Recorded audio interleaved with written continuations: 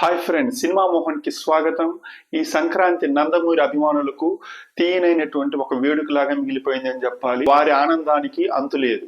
అందుకు కారణం ఈ సంక్రాంతి రేసులో విడుదలైనటువంటి డాకు మహారాజ్. బాలకృష్ణ హీరోగా బాబీ కొల్లి దర్శకత్వంలో వచ్చినటువంటి డాకు మహారాజ్ సంక్రాంతి రేసులో మంచి కలెక్షన్స్ ను సాధిస్తూ దూసుకెళ్తుంది. ట్రేడ్ వర్గాల సమాచారం ప్రకారం 4 రోజుల్లోనే ఈ సినిమా 100 కోట్లకు పైగా గ్రాస్ కలెక్షన్స్ ను సాధించింది.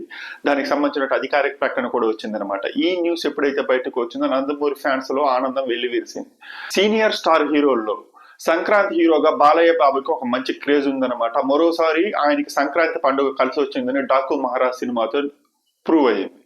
సీనియర్ హీరోలు అయినటువంటి చిరంజీవి, బాలకృష్ణ, నాగార్జున, వెంకటేష్ ఈ నలుగురు హీరోల్లో ఈ సంక్రాంతికి వచ్చేసి బాలకృష్ణ, వెంకటేష్ సినిమాలు అంటే బాలకృష్ణ నటించినటువంటి డాకు మహారాజ్, వెంకటేష్ నటించినటువంటి సంక్రాంతికి వస్తున్నాం సినిమాలు విడుదలయ్యాయి. ఈ 2 సినిమాలు బాక్స్ ఆఫీస్ దగ్గర బ్లాక్ బస్టర్ హిట్ చిత్రాలుగా నిలిచి మంచి వసూలును సాధిస్తున్నాయన్నమాట. సంక్రాంతి పండుగ బాలకృష్ణకి ఎంతో కలిసి వచ్చిందని డాకు మహారాజ్ తో మరోసారి ప్రూవ్ అయ్యింది. అంతేకాకుండా సీనియర్ స్టార్ హీరోలైనటువంటి బాలకృష్ణ, చిరంజీవి, వెంకటేష్, నాగార్జునుల్లో ఇప్పుడు బాలకృష్ణకు ఉన్నటువంటి క్రేజ్ రోజు రోజుకి పెరుగుతుంది అనమాట. అందుకు కారణం ఆయన వరుసగా చేసినటువంటి 4 సినిమాలు బాక్స్ ఆఫీస్ దగ్గర బ్లాక్ బస్టర్ హిట్స్ కావడమే కాకుండా 100 కోట్లకు పైగా వసూలను సాధించాయన్నమాట.